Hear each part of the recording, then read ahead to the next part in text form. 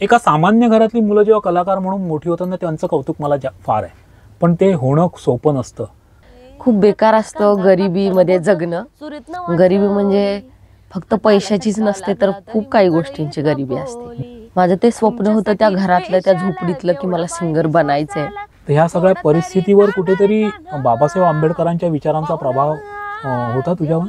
तर बाबासाहेबांनी शिका असं सांगितलं, तर तीच एक प्रेरणा घेत अरे वा. पुढे शिकलो. माणसाने शरीराशी नाही जुडलं पाहिजे तर विचारांशी जोडलं पाहिजे. कारण बाबासाहेब हे शरीराने गेले पण विचाराने कायम आपल्या सोबत जिवंत आहेत. आणि आता काय क्वालिटीपेक्षा क्वांटिटीला जास्त महत्व देतात लोक. पण मला एक आहे की मला खरं राहायचंय. खोटं जास्त दिवस काही टिकत नाही, ते कधी ना कधी पितळ त्याचं उघडं पडतंच. माझी आई खूप आजारी पेशंट आहे आणि ससूनला तिला फक्त 15 दिवसाची मुदत दिली ती की ती ऑफ होईल 15 दिवसात. पप्पाला म्हटलं पप्पा आपण एवढंच एक ऑडिशन करू आणि बस, आपल्याला आता काय ऑडिशन द्यायचं नाही, हे आपल्या हातातलं नाही. सूर नवा ध्यास नवाचा जो फायनल होती तेव्हा मी पाहिलं आणि मला वाटतं संमिता धापटेचं नाव घेतलं आणि तो चेहरा थोडा पडला. लोकांच्या डोक्यात असं होतं की जो रेसला घोडा नव्हता ती कस काय पुढे आला. फड सांभाळ तुऱ्याला ग आला, फड सांभाळ तुऱ्याला ग आला, तुझ्या उसाला लागल कोल्हा ग, तुझ्या उसाला लागल कोल्हा ग, तुझ्या उसाला लागल कोल्हा.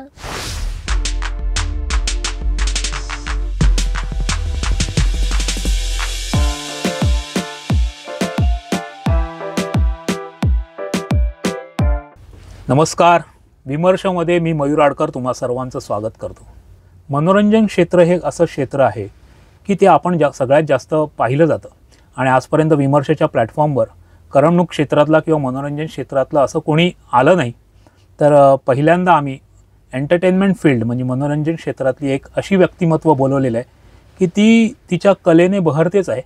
तिची कला तिने जोपासून स्वतःला सिद्ध तर केलेलंच आहे, पण तिचा संघर्ष त्या कलेमागचा आणि आपण कलाकार व्हावं यामागची तिची जी तळमळ होती, तिची जी तडफ होती, ती अतिशय प्रेरणादायी आहे. म्हणून ती आज विमर्शाची पाहुणी आहे.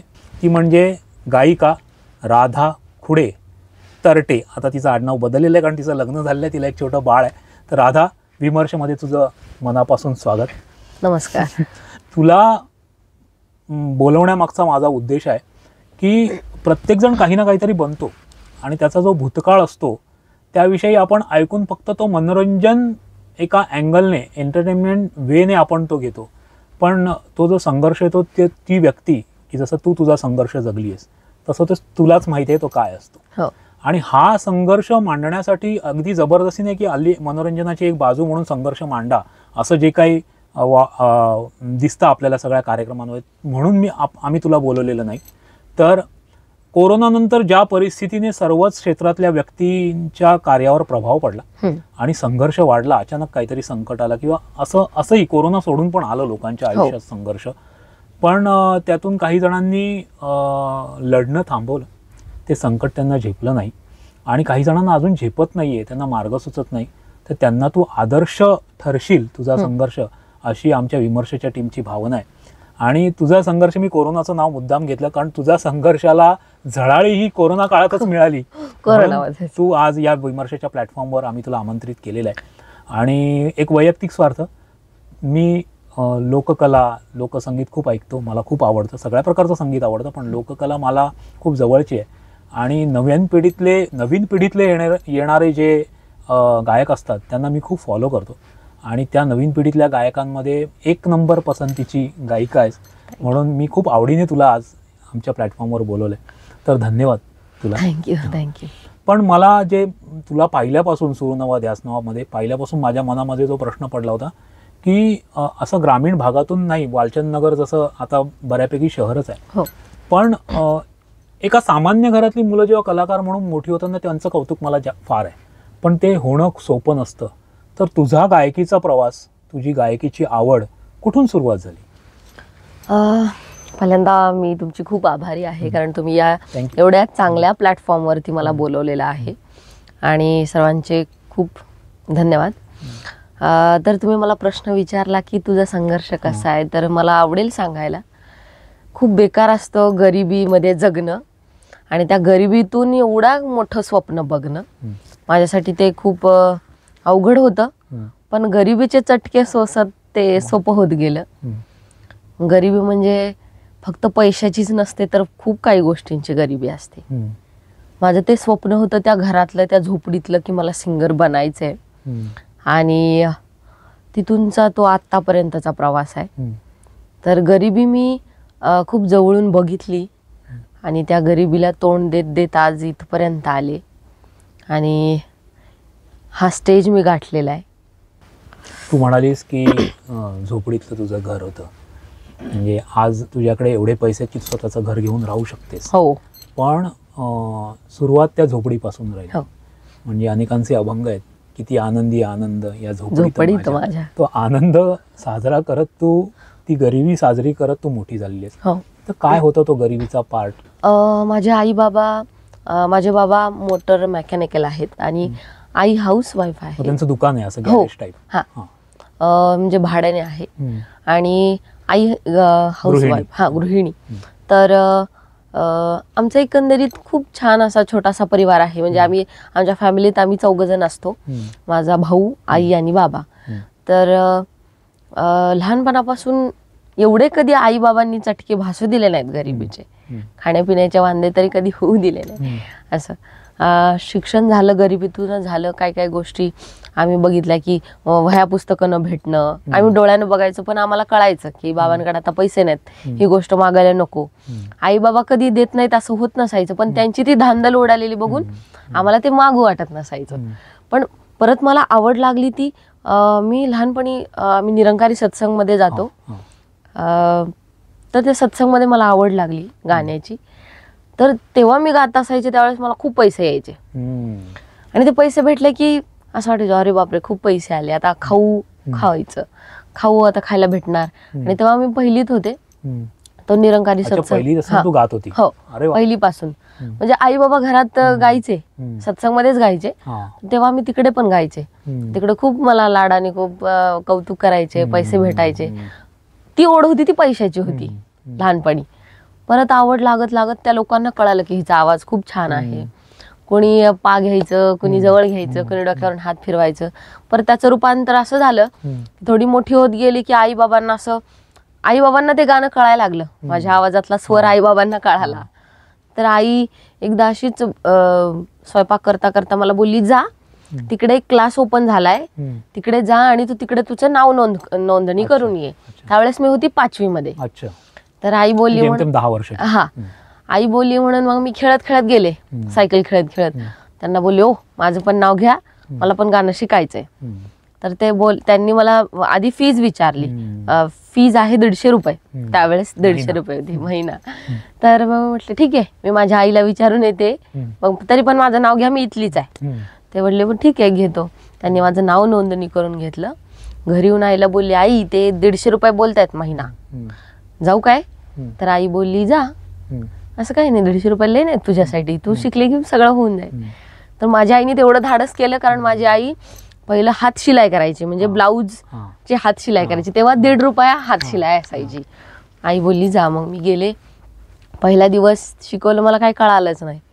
तिथूनचा तो माझा प्रवास. मी शास्त्रीय संगीत शिकायला त्यावेळेस जॉईन केलं, पण मला माहित नव्हतं शास्त्रीय संगीत काय असतं आणि इथून पुढे माझं काय होईल. मी रोज जायचे, पण महिना संपला. सगळ्यांची परिस्थिती चांगली होती, सगळ्या मुलांनी फीस दिली, राहिली आता मीच.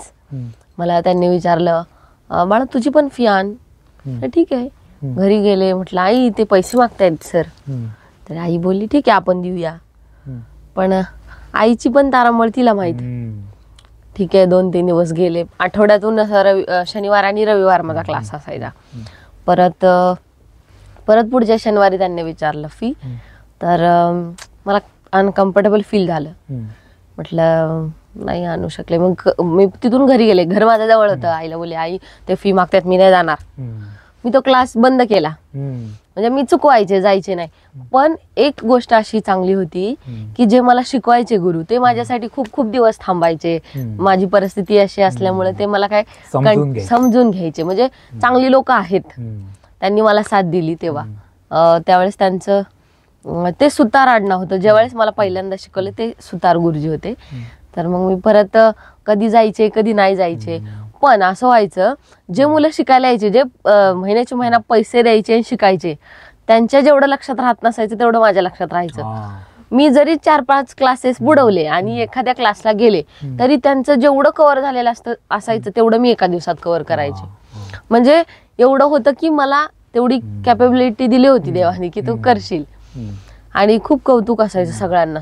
आणि कधी कधी त्या क्लासेसमध्ये पण असं व्हायचं की ज्या मुलांचे पालक आहेत ना त्यांना, अरे आमची मुलं एवढ्या दिवस येऊन पण होत नाहीत आणि ही लगेच आली की कॅप्चर करते आणि घाते. तर ते देवाने दिलेलं होतं मला. ती देवाची कृपा असेल की मला पुढे जाऊन हा दिवस बघायचा असेल म्हणून. तर असा तो प्रवास आहे की झाला 5 वर्ष मी तिकडे शिकले शास्त्रीय संगीत. परतचं जे शिक्षण होतं विशारद प्रथम आणि सेकंड, तर ते तिथं नव्हतं. आणि मग तिथून माझा 1 वर्ष 2 वर्ष स्टॉप झाला क्लास. त्याच्यानंतर परत कुठे जायचं म्हणून मग एक जाधव गुरुजी म्हणून त्यांच्याकडे मी गेले. ते इंदापूरला राहत होते आणि तिकडे ते क्लास घ्यायचे. तिकडे मी गेले तर तिकडे मी जॉईन झाले. त्यांना या बाकीच्या गोष्टी काय माहित नव्हत्या, पण माझा आवाज ऐकला. परत त्यांची माझ्याशी बोलले. त्यावेळेस मी माझी सगळी कंडिशन सांगितली. तर त्यांनी मला शिकवायला सुरुवात केली. अक्षरशः त्यांनी मला 4 वर्ष शिकवलं तिकडे. महिना त्यांची 600 रुपये फी होती. आता तिकडे पण माझी द्यायची कॅपॅसिटी नव्हती, कारण बाबा एकतर दुसऱ्याच्या गॅरेजवरती काम करायचे. तरी पण बाबांनी कसे तरी 10-50 अशा नोटा जुळवून 600 रुपयाचं जुगाड केलं. आणि परत महिना संपल्यावर माझ्या बाबांनी त्या गुरुजींना माझी फीस दिली. त्यावेळेस त्यांच्या डोळ्यात पाणी आलं. अक्षरशः ते बोलले, मला पैसे नको, ही मुलगी ज्यावेळेस शिकेल ना त्यावेळेस माझे सगळे पैसे फिटतील. अरे वा.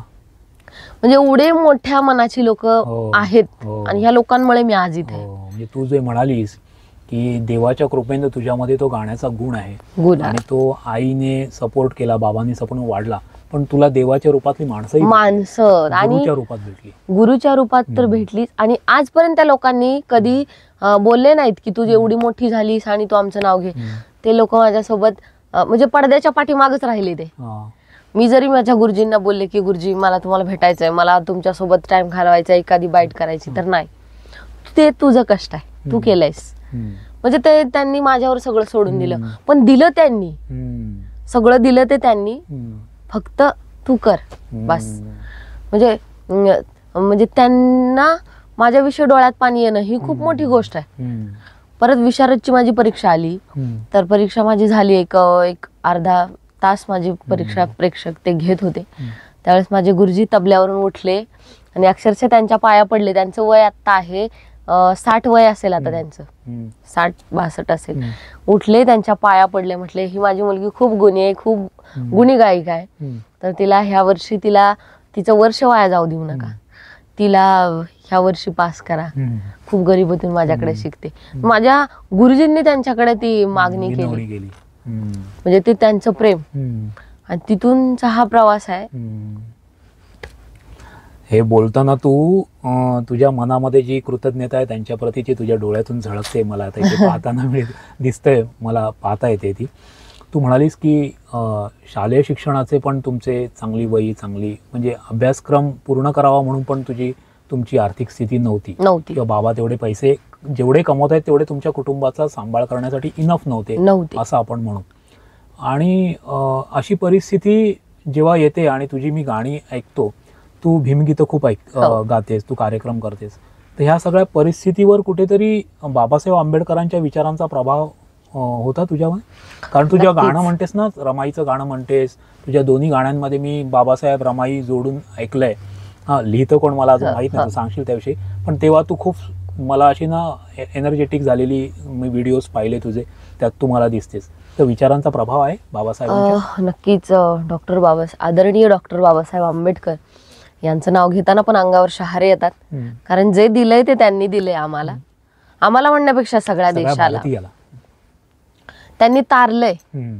त्यांनी तारले आणि त्यांच्या विचारांवर आम्ही आतापर्यंत चालतोय. आणि तुम्ही म्हटला की गाणं गाताना एक रुबाब येतो आमच्या अंगात, रक्त सळसळतं. तर बाबासाहेबांनी शिका असं सांगितलं, तर तीच एक प्रेरणा घेत पुढे शिकलो. म्हणजे शिका, संघटित व्हा आणि संघर्ष करा. जे त्यांनी पहिलं सांगितले ते तू अत्यंत काटेकोरपणे पाळले आणि मनावर घेतले. जे सोडता झाली म्हणजे बऱ्यापैकी त्यात तो गुण बरेच जण सोडताना मला पाहायला मिळालं. पण नेमकं तू त्याच वरती स्ट्रेस करते, शिका. म्हणजे ते तुला लहानपणापासून तेवढं समजलं? हो. का समजलं? कारण मी माझ्या आईचं जीवन प्रवास मी पाहिला. कारण माझ्या आईने खूप बेकार दिवस काढले. गरिबीमुळे तिला खूप तडजोड करावी लागली प्रत्येक गोष्टीची. तर तिला कुठेतरी वाटत होतं की माझ्या मुलीला तसं नाही व्हायला पाहिजे. आपल्या बाबतीत जे झालं ते आपल्या मुलांना नको. कारण आम्हाला समज का होती? कारण गरिबीत आम्हाला एवढी समज ती देवानीच दिलेली असेल की बाबांची आता कुठेतरी पैसे नाहीयेत, ही गोष्ट मागायला नको. आईकडे तेवढे पैसे नाहीत, तिला ही गोष्ट मागायला नको, तिला त्रास होईल, ती कुठून आणणार, हे त्यावेळेस कळालं. आणि त्याच्यानंतर ज्यावेळेस आम्ही शिकत होतो त्यावेळेस बाबासाहेबांचे विचार आम्ही ऐकले. आमच्या घरात आमचे आई बाबा आम्हाला शिकवायचे बाबासाहेब कोण होते, काय होते, त्यांचा जीवन प्रवास काय होता, या समाजाने दिलेला त्रास काय होता, ते आई बाबा सांगायचे ना, ते कळायचं. त्यावेळेस ते आई बाबांनी रुजवलं आमच्यात. आमच्या आई बाबांनी आम्हाला नुसतंच मोठं नाही केलं तर रुजवत काही गोष्टी आम्हाला जतन केल्या. तिथून आम्ही शिकलो. आणि बाबांनी एक गोष्ट चांगली केली, बाबा खूप कडक होते, खूप स्वभावाने कडक. घरातून बाहेर जायचं नाही किंवा कोणाशी खेळायचं नाही. घरात कंटिन्यू एक असं विचार होते. सत्संगला जात असायचो त्याच्यामुळे चांगले विचार होते. साधू संतांचे विचार असतील ते बाबा रुजवत जायचे. आणि बाबासाहेबांनी जेव्हा सांगितलं तुम्हाला शिका, संघटित व्हा, संघर्ष करा, तर ते कुठंतरी रुजत होतं. तसं आम्ही चालत होतो. ते रुजलंय म्हणजे एवढं रुजलंय की ते काटेकोरून पणे पाळतोयच आम्ही. हा. आणि आता ज्यावेळेस आम्ही गातो, एखादं गाणं त्यांच्यावर लिहितो, लिहिताना भीती वाटते. कारण एवढ्या मोठ्या महापुरुषांवर आपण लिहितो, काही चुकेल तर. लिखाण तर म्हणजे माझे एक लेखक आहेत प्रणय सतलजजी, ते राईट करतात आणि मी गाते. आता पण आपले खूप सारे गाणे आलेले आहेत बाबासाहेबांवरती. तर रमाई आपली आई आणि बाबासाहेब, तर ते एक गाणं गाऊनच सांग. तुझ्या डोळ्यात भरून आलंय दिसतंय. कारण एवढं सहन केलंय की सांग, कधी त्या भूतकाळात गेलो तर ते आठवतं मी आता जगते असं मला वाटतं. मला यातली एक चांगली गोष्ट जी मला समस्या आता तुझ्याबरोबर बोलताना, बाबासाहेब देव आहेत ह्यापेक्षा बाबासाहेब हा विचार आहे हे तुमच्या आई वडिलांनी रुजवलं, ही अतिशय चांगली गोष्ट आहे. त्यामुळे मला वाटतं आता तुझ्या भाषेवर पण तो मला हे झालं, इफेक्ट झालेला दिसतोय. तुझं बोलणं वागणं मला दिसतंय की मुख्य प्रवाहात येणं म्हणजे काय, तर आपण आपल्या कलेने आणि विचाराने समाजापुढे उभं राहणं, हे तू आज जे मला दिसते त्यातून. आणि खरंच खूप चांगले संस्कार तुझ्या आई वडिलांनी केले. आणि खरंच बाबासाहेबांनी एक विचार आहे, हे जे वाक्य आहे ते जगतेस तू असं मला दिसतंय तुझ्या याच्यावरून. काय बोलायचं तुला की गाणं गातेस? एक बोलेन, बाबासाहेब विचार आहेत बरोबर. माणसाने शरीराशी नाही जुडलं पाहिजे तर विचारांशी जुडलं पाहिजे. कारण बाबासाहेब हे शरीराने गेले पण विचाराने कायम आपल्या सोबत जिवंत आहेत. तर ते त्यांचे विचार आपल्या सोबत जिवंत राहिलेत. त्याच्यामुळं कुठल्याच गोष्टी अवघड नाहीयेत, सोप्या करून दिलेल्या आहेत बाबासाहेबांनी, फक्त जगायचं राहिले. पण काही लोक आहेत की मला आता पण कमेंट मध्ये बोलतात की तुम्ही काय बाबासाहेबांचे गाणेच फक्त गाता, तुम्हाला काय माहिती बाबासाहेब कोण, आणि तुम्ही जाती वाटून घेतल्या, हे ते त्यांच्यासाठी. पण आपल्याला माहिती बाबासाहेब कोण होते आणि आपल्याला काय करायचंय. तर मी 2 लाईन गाईन. मी आता एक गाणं केलं,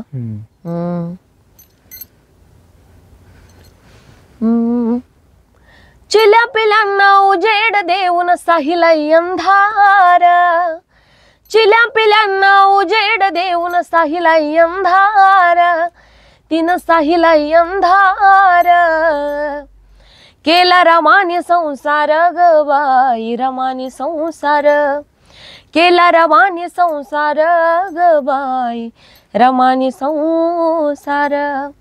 हे गाणं आता मी गायलं. हे रमाईचं गाणं आहे. तर रमाईने संसार केला, फाटक्या लुगड्यात केला, पण तिनं खूप सारं काही साहिलं आणि दिलं. त्याच्यामुळे हे गाणं मी लिहिलंय आणि गायलंय. अच्छा, हे तूच लिहिलंय? ह्याची हुक लाईन मी लिहिली, हा. बाकी सगळं गाणं प्रणय सतलज यांनी, प्रणय सतलजने लिहिलं. ते नागपूरचे आहेत, तर त्यांनी हे गाणं लिहिलेलं आहे. अरे वा. थ्रो तुझ्या आवाजातला आहे ना तो असा खतरनाक ते शब्द पोचवतो. म्हणजे मी तुला जेव्हा सूरनवा ध्यासनवा मध्ये जेव्हा बघितलं होतं आणि तू जो पहिला लावला होता, मला वाटतं बाणूबाईचं गाणं गायलं. हो, खंडोबाची कारभारीनं. ही बाबासाहेबांची ताकद आहे दादा. हो, काय थ्रो आहे तुझा. म्हणजे आपल्याकडे प्रल्हाद शिंदे, शाहीर विठ्ठल उमप यांचा वारसा आहे आपल्याकडे, शाहीर साबळे यांचा वारसा आहे आपल्याकडे लोककलेत, आणि अनेक जण आहेत. हो, अनेक जण. आपलं अण्णाभाऊ शाहीर, अण्णाभाऊ साठे, किती नावं घ्यावी तेवढी कमी आहेत. आणि त्यांचा वारसा तुझ्यासारखे नव्या उमेदीचे गायक अजूनही समाजापुढे ठेवतायत तो लोककलेचा वारसा. ही खूप चांगली गोष्ट आहे. आणि एखाद्या कलाकाराला ना, जेव्हा तो कलाकार म्हणून समाजाच्या समोर येतो तेव्हा त्याच्यामध्ये कुठेतरी अहंकार डोकावतो. म्हणजे आपल्या भाषेत डोक्यात हवा जाते. पण मी तुला आज इतकी वर्ष पाहतो, म्हणजे 2020ला तू नावारूपाला आलीस ते अजूनपर्यंत तुझं वागणं बोलणं, म्हणजे आज तुला प्रत्यक्ष भेटल्यावर मला ते समोर पाहता येते. तुझा संस्कार आणि तुझा विचार या सगळ्यातून झिरपतोय हे मला दिसतंय आणि झळकतोय तो दिसतोय मला. तू बाबासाहेबांप्रती, रमाईप्रती कृतज्ञता व्यक्त करतेस, गाणं सादर करतेस, कार्यक्रम तुझे चालू आहेत. आणि आजही तुला असं वाटतंय का की फक्त कलाकार म्हणून नाही, तर तो तुला मिळालेला विचार तुला काहीतरी द्यावासा वाटतो? आता तुम्ही बोलले मला अहंकाराविषयी, तर मी अध्यात्मात खूप आहे. मला अध्यात्म खूप आवडतं आणि मला साधं राहायला खूप आवडतं पहिल्यापासून. एवढं नाव माझं मोठं झालं, पण मला असं नाही की वाटलं की जास्त बदल करावा स्वतःमध्ये. थोडाफार झाला बदल, जो की बोलण्यामध्ये असेल, विचारांमध्ये असेल. कारण मला माझ्या या टप्प्यामध्ये चांगली लोक मला भेटत गेली आणि चांगलं शिकवत गेली. व्यावसायिक आयुष्यात थोडंसं आपल्याला ती तडजोड करावीच लागते, तसं राहावं लागतं. आणि आता काय आहे, क्वालिटीपेक्षा क्वांटिटीला जास्त महत्व देतात लोक.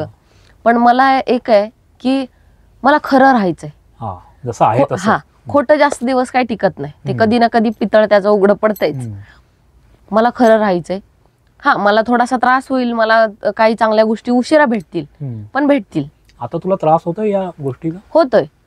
कसा होतोय की जास्त आपण चांगलं राहिलं तर लोक आपला फायदा घेतात, हे मला कळालं या फील्ड मध्ये आल्यानंतर. पण मी खरी आहे, माझं काम खरं आहे, मला माहिती आहे. वेळ लागेल, थोडा वेळ जाईल, पण ते टिकेल, कायमचं टिकेल. आणि खरंच असते. आणि ज्याने खूप साहिलेला असतं तो शेवटपर्यंत राहतो, कारण त्याला पाठीमागच्या गोष्टींची जाणीव असते. गरिबीत काय साहिले, किंवा कुठं घमेंड करायचा, घमेंड कशासाठी करायचा, किती दिवस टिकणार आहे तो. रावणाचा पण अहंकार जळून गेला, खाक गेला. अहंकार आहे तो खाक झाला. मी तर माणूस आहे, मी तर या पृथ्वी तलावरचा एक किडा मुंगीच आहे. जास्त वरून जर पृथ्वी बघितली तर काहीच नाही, तर एक आपण एक ग्रहावर राहणार एक किडा मुंगी सारखा आपला जीव आहे. मग आज एवढ्या मोठ्या मोठ्या लोकांचा अहंकार जळतोय, ते संपतायत. मृत्यू तर सगळ्यांना, मी पण एक दिवस जाणार आहे. मग माझा अहंकार कुठं टिकणार आहे ना. मी गेल्यावर माझ्या चांगल्या कामाचीच पावती मला भेटणार. मी जर गेले, काय झालं, आता मी बोलते, उद्या जाताना माझा ऍक्सिडेंट झाला, मी गेले, विषय संपून जाईल. पण एक गोष्ट बोलचाल तुम्ही की अरे राधा मला भेटली होती पण चांगली मला बोलली, ती साधी सिंपल आहे, बस एवढं जरी तुम्ही माझं नाव काढलं, विषय संपला. म्हणजे साधी राणी, म्हणजे साधं राहून तू जे काम करतेस त्याला एक जोड मला अशी द्यावीशी वाटते की कोशिश इतनी खामोशी से करो की सक्सेस शोर मचाए. बस हे तुझ्या बाबतीत झालं पाहिजे असं मला वाटतं. आता आपण तुझ्या त्या गायकीच्या प्रवासाकडे येऊया. नक्कीच. तू स्पर्धेतून पुढे आलीस, सूर नवा ध्यास नवा हा जो कार्यक्रम आहे त्यातून तू पुढे आलीस. टॅलेंट हंट म्हणतात त्याला, रियालिटी शो म्हणतात त्याला.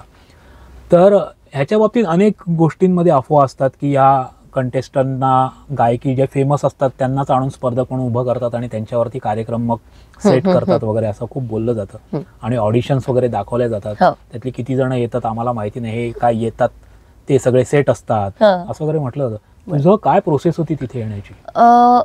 हे जे बाहेर अफवा येतात ते काय साफ खोटे आहेत, कारण संघर्ष करावा लागतो. आणि मराठी इंडस्ट्री खूप चांगली आहे, खूप स्वच्छ आहे. म्हणजे माझ्या नजरेत तरी. तुला तू जेवढी अनुभव तेवढी. खूप चांगली लोक आहेत, खूप सपोर्टिव्ह सिस्टीम आहे सगळी. तर तुम्हाला एक सिस्टीम मध्ये जावं लागतं, ते रूल असतात तसंच तुम्हाला जावं लागतं. मी खूप संघर्ष केलेला आहे. जेव्हा मी घरात माझ्या त्या झोपडीत बसून एक स्वप्न बघायचे की मला सिंगर व्हायचंय, आणि पहिल्यापासूनचं माझं एकच गोल होतं की मला सिंगर व्हायचंय. आणि त्यावेळेस माझ्या आईबाबांनी स्वप्न बघितलं होतं. ज्यावेळेस आम्ही ऑडिशन बघायचो, त्या मुलांनी गायलेलं काय काय माझे आई बाबा बघायचे, त्यावेळेस माझ्या बाबांचं एकच असायचं की तू ह्या स्टेजवरती दिसशील राधा. आणि आई आणि बाबांचं कुठंतरी ते शब्द खरे झाले. तर तो जो प्रवास आहे, मी ऑडिशन मला वाटते 4 दिले असतील. पहिल्यांदा दिलं ते गौरव महाराष्ट्राचं, त्याच्यानंतर मी सारेगमप ते एक ऑडिशन दिलं, त्याच्यानंतर सूरनावा ध्यासनावा दिला. तिकडे पण माझं काय, तिकडे पण काय आपलं सिलेक्शन होत नव्हतं. हा, तिकडे पण काय टाका जुळला नाही. परत एकदा चौथ्यांदा मी सूरनावा ध्यासनावाचं ऑडिशन दिलं, तेव्हा मी सिलेक्ट झाले. म्हणजे मी पहिल्या दुसऱ्या राऊंड पर्यंत जायचे, पण मी पहिल्या दुसऱ्या राऊंड पर्यंत गेले की मला आत्मविश्वास यायचा, जर मी पहिल्या दुसऱ्या राऊंड पर्यंत जाऊ शकते तर मी फायनलला जाऊ शकते. आणि ज्यावेळेस मुलं गाताना बघायचे का, असं वाटायचं अरे हा गातोय ना, सेम मी गाऊ शकते, मला माहिती मी ह्याच्यासारखं गाऊ शकते. तो कॉन्फिडन्स होताच, करू शकते. ते माहित नव्हतं आपल्याला होईल की नाही, पण मी हिच्यासारखं गाऊ शकते, मला हिच्या गळ्यातला एक तो स्वर काढता येतो, म्हणजे मी तिथं जाऊ शकते, हा एक आत्मविश्वास होता. आणि जसं की तुम्ही मला बोलला की तिथं डायरेक्ट उचलून बसवतात किंवा ही हिट आहे, असं काही नसतंय. तिकडे तुम्हाला जाऊन स्ट्रगल करावाच लागतो, तिकडे जाऊन तुम्हाला रियाज करावाच लागतो, तुमच्या काही गोष्टी असतात तुम्हालाच करावं लागतं. तिकडे काय असं नसतं की तू अरे बाबा तू आधी बाहेर गायलेस, तुझा आवाज चांगला ये आणि डायरेक्ट गा, नाही. तर तिकडे तुम्हाला 100% तुमचा 100% तुम्हाला द्यावा लागतो. हा, तिथे येण्यासाठी तू किती कष्ट घेतले, म्हणजे ऑडिशन्स किती झाल्या तुला, कारण ते येणं सतत ज्या शहरात असेल तिथे जाणं वगैरे, आणि तेव्हा तुझी परिस्थिती तेवढी नव्हती असं तू मगाशी म्हणाली, तर ते किती कष्ट असतं ते सारखं जाणं, सारखं रिजेक्शन येणं. ह्या प्रोसेसला तू कसं तोंड दिलंस? एक तर मला ताकद होती ती आई बाबांची, आणि ती ताकद मला कुठंतरी कर तू होणार. पण परत परत असं झालं, ह्या ज्या 3 ऑडिशन मी तुम्हाला सांगितल्या, तर तिकडे मी जरा जाणं येणं, तिकडचा खर्च म्हणजे काय जाणं येण्याचं त्याचाच, तो पण माझ्या परिस्थितीला झेपणारच नव्हता. तर ते 3 ऑडिशन मी दिल्या, आणि चौथं होतं ते सूरनावा ध्यासनावाचं, आणि मी एसटीने प्रवास करत होते. आणि मेन म्हणजे मला तुम्हाला सांगायचं राहिलं की माझी आई खूप मोठी म्हणजे आजारी पेशंट आहे. तर जसं म्हणजे मला जसं कळतंय तसं मी माझ्या आईला आजारपणातच बघितलेलं आहे, कारण माझ्या आईच्या एकाच कानाचे 3 ऑपरेशन झालेले आहेत. आणि ससून हॉस्पिटल पुण्यातलं, तिकडे तिला फक्त 15 दिवसाची मुदत दिली की ती ऑफ होईल 15 दिवसात. आणि तेव्हा मी 4थीत होते. त्यावेळेस ते मला सांगितलं होतं, तर अक्षरशः तेव्हा आम्हाला कळालं होतं. तर त्यावेळेस किती केलं तर आमचं लहान मन होतं, 15 दिवसात आमची आई आमच्यापासून जाणार, आम्हाला असं कळतंय. तर तेव्हा आम्ही तोंडावर घ्यायचो, मी आणि माझा भाऊ, आणि दोघांना पण माहित होतं, पण आम्ही एकमेकाला सांगत नव्हतो. मग आम्ही तोंडावर घ्यायचो आणि रडायचो की आमची आई आम्हाला सोडून जाणार. त्यावेळेस ते डोक्यात एक सदमा बसला होता की आपली आई आपल्याला सोडून जाणार, आणि तिचं एक आजारपण एक वेगळंच राहिलं. आणि त्यावेळेस आम्ही सूरनावा ध्यासनावाच्या ऑडिशनला चाललो, घरून फोन आला की आईची तब्येत बिघडली. तर मग बाबांना फोन आला, आणि मी एसटीत बसले. म्हटलं काय झालं पप्पा? तर पप्पा मला म्हटले की काय नाही, मम्मीची थोडीशी तब्येत खराब झाली, काय नाही जाऊया आपण ऑडिशन करू. पण माझ्या डोक्यात वेगळंच काहीतरी आले. म्हटलं अरे बापरे, मी तर एवढी ऑडिशनला फिरते आणि मला काय होय नाही, मी सिलेक्टच होत नाही. म्हटलं आता मी बंदच करणार आहे ऑडिशन. पप्पाला म्हटलं पप्पा आपण एवढंच एक ऑडिशन करू आणि बस, आपल्याला आता काय ऑडिशन द्यायचं नाही, कारण मम्मी पण आजारी राहतील, कुठपर्यंत आपण देणार आहे. म्हटलं हे आपल्या हातातलं नाही. बघा ना, सगळे मोठ्याचे माणसं येतात, त्यांच्याकडे खायला पिला भारी भारी असते, आपण उगाच तिथे जायचं नाही, नको, मला नाही करायचं. आता तुम्हाला पण लय त्रास होते, तुमचं पण काम बुडतंय. पप्पा म्हटले राधा तू फक्त पाट्या टाकायचं काम कर, प्रयत्न करत हा त्यांची भाषा, तू पाट्या टाकायचं काम कर, देणारा तो आहे, ते देऊन जाईल तुला. त्या दिवशी एसटीत बसलेले, संध्याकाळच्या 9 वाजताचं ते वाक्य होतं. दुसऱ्या दिवशी गेले, 10 वाजता माझं ऑडिशन झालं, मी सिलेक्ट झाले. अरे वा, म्हणजे ते त्यांच्या मुखातून देवच बोलला बघा ना, सगळीकडून सगळी ती सिच्युएशन आली माझ्या बाबतीत. आणि माझ्यासाठी पप्पा दिवसभर उपाशी राहायचे. मी सेटवर पण हे बोललेले, कारण मला खोटं बोलता येत नाही. मी खोटं कधी काय बोलत नाही. बोलले तरी मी पकडले जाते. घरात जरी मी काही खोटं बोलले तरी पकडले जाते. आणि कशासाठी खोटं बोलू, कारण मी ते साहिलंय. शाळेत जाताना पण आम्हाला डबा नसायचा, तरी पण आई तडजोड करायची. तिने कधी ते भासू दिलं नाही. आणि पप्पांचा तो शब्द, ज्यावेळेस मी ट्रॉफी घेऊन बाहेर आले अक्षरशः दादा, पप्पांनी एवढ्या जोरात मला मिठी मारली आणि पप्पा रडायला लागले. तू पाट्या टाक, बाकीचं सगळं तो करणारा करून घे. मोटिवेशनल भाषेमध्ये तुझे बाबा जे पाट्या टाक म्हणतात, मोटिवेशनल भाषेमध्ये त्याला बेबी स्टेप्स. हा, म्हणजे तू काम करत राहते, एक एक पाऊल लहान मुलाचं का होईना ते तू टाकत राहा. हे त्याच्या मागचं त्यांचं बोलण्याचा सार होता. आणि हेच सगळ्यात महत्वाचं आहे. थकायचं नाही, हरायचं नाही, थांबायचं नाही. थोड्या का छोटे छोटे प्रयत्न का असं करत राहायचे. आणि त्यातून आपल्याला मार्ग दिसत जातो. आणि त्या मार्गाचा म्हणजे मार्गाचा महामार्ग कधी होईल ते सांगू शकत नाही. आणि असेच आशीर्वाद प्रयत्न असेल तर तो खूप चांगला होता. तू त्याचं उत्तम उदाहरण आहेस. आणि त्यानंतर आईला हे समजलं सगळं की असं झालंय, तिची काय प्रतिक्रिया होती? आता सगळ्यांचा आनंद गगनात मावत नव्हता. सगळ्यांना सांगितलं, पण आई माझी कशी माहिती का, माझी आई समाधानी नसते. जर ती समाधानी झाली तर माझा संघर्ष थांबेल ही तिला माहित असतं. ती कधी पण मी कोणतं गाणं गाऊ दे, मी कुठं पण काही नवीन काय करू दे, तिचं अजून असतं अजून काहीतरी नवीन, कारण तिची मुलगी थांबली नाही पाहिजे. मला तेवढं भेटलं होतं तरी सतत चालू राहायला पाहिजे हे त्यांचं म्हणणं असेल. आणि आई आणि भैया ते दोघांचं बॉन्डिंग छान आहे. माझं आणि बाबांचं खूप चांगलं आहे. तर हे कळालं तरी ते म्हणावे असे खुश नव्हते. भेटले पण इथून पुढचं करायचंय राधा. भेटले त्याच्यात खुश होऊन लगेच झाडावर चढू नकोस. त्यांनी कधी माझ्या डोक्यात हवा जाऊ दिली नाही आतापर्यंत. त्याचं कारण म्हणजे मम्मी आणि भैया. कारण त्यामध्ये तुझ्या डोक्यात हवा जर गेली, ओमकार, जरी तुझ्या डोक्यात हवा गेली तर ती तात्पुरती, फुगा फुटून जाईल. काम कंटिन्यू करायचंय, त्याच्यात सातत्य ठेवायचे. त्यावेळेस भेटलं होतं मला, ज्यावेळेस ट्रॉफी भेटली आईला सांगितलं. आई खुश झाली, पण तिने तो आनंद मनात ठेवला आणि मला बोलली, झालंय ना सिलेक्शन झालंय, डोकं शांत ठेव, सगळ्यांना कॉल कर, सगळ्यांना सांग, पण इथून पुढचं तुला करायचंय त्याच्याकडे लक्ष दे. सूर नवा ध्यास नवाचा जो फायनल होती तेव्हा मी पाहिलं की जेव्हा तुम्ही सगळेजण उभे होतात आणि फायनलिस्टचं नाव जाहीर करणार होते, आणि मला वाटतं सन्मिता धापटेचं नाव, आणि तो चेहरा थोडा पडला. बरोबर? चेहरा थोडा पडला. नाराज झाली? नाराज मी याच्यासाठी झाले की खूप माझा माहोल झाला होता.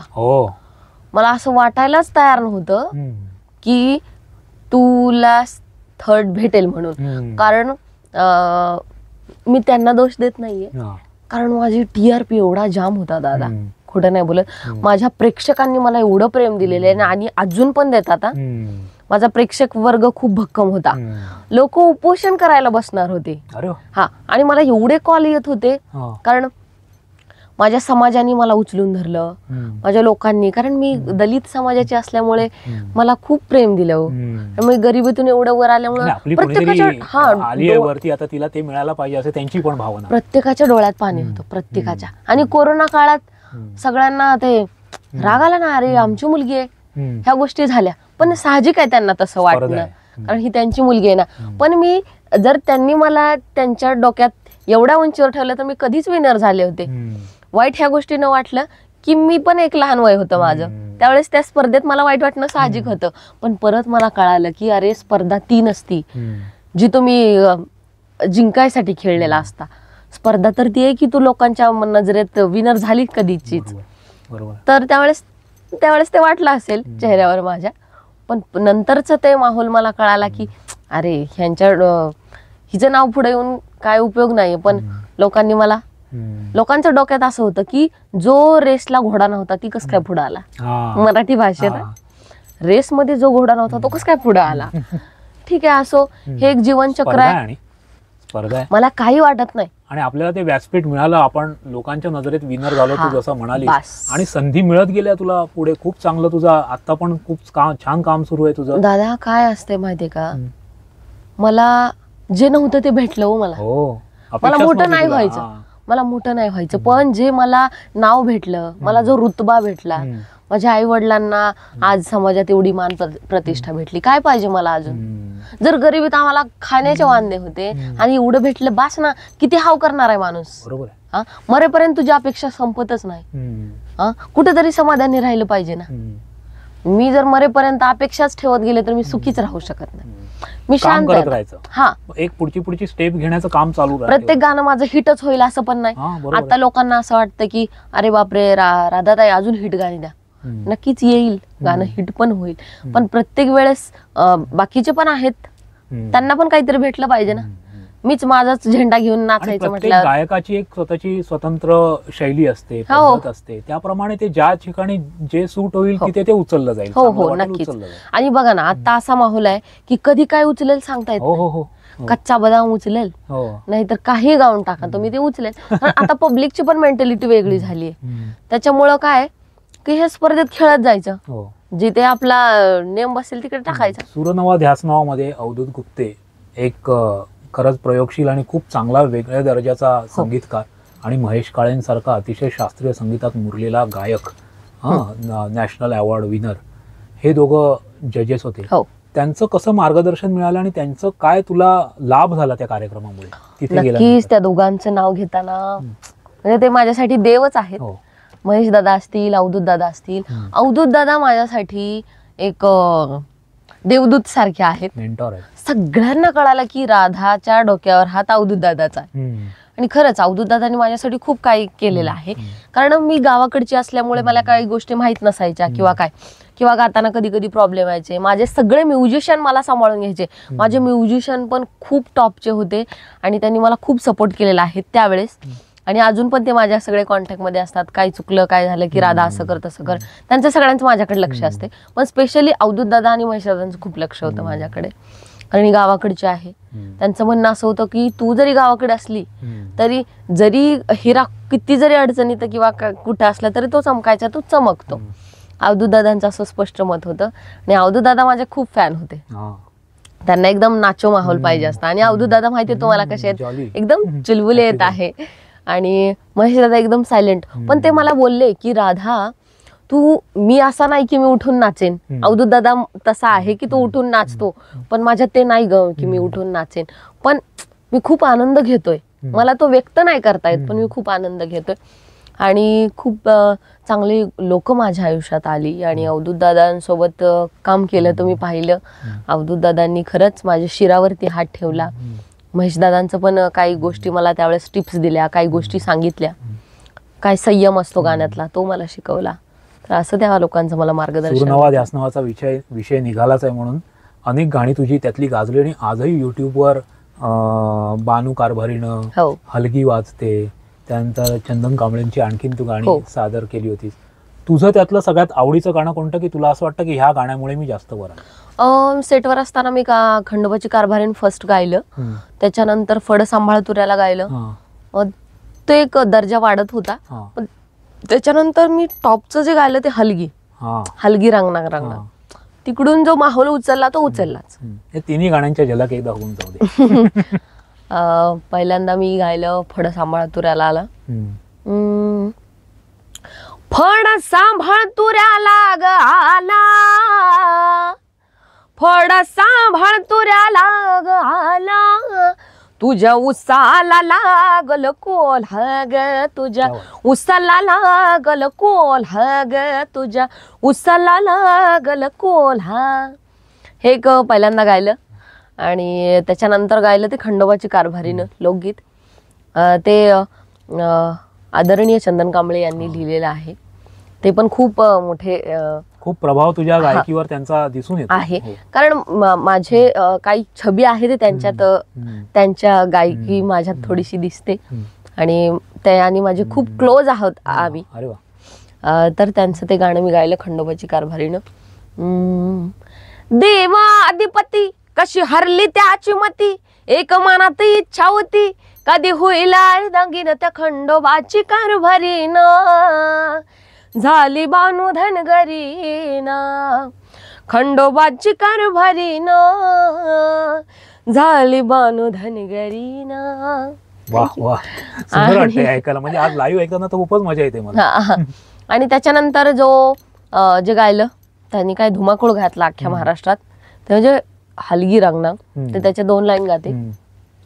चैती पौर्णिमेचा थाट, भक्तांचा गजबजाट, लाईटीचा लखलखाट, दारुगोळ्याचा कडकडाट, पालखी हारेनो तोरण आपदा गिरण साजती, ए पालखी हारेनो तोरण आपदा गिरण साजती, पुढं बाय रांगणंग रांगणंग रांगणंग रांगणंग हलगी वाजती, पुढं बाय रांगणंग रांगणंग रांगणंग रांगणंग हलगी वाजती. थँक्यू. क्या बात आहे. म्हणजे ना तुझ्या गाताना तुझा जो थ्रो येतो ना, आता समज हलगी वाजते तर ते खरंच हलगी वाजतंय समोर बसून असं चित्र उभं राहतं. आणि बानुबाईचं तर त्या अख्खा जेजुरी उभं राहतो तुझ्या गाण्यातून.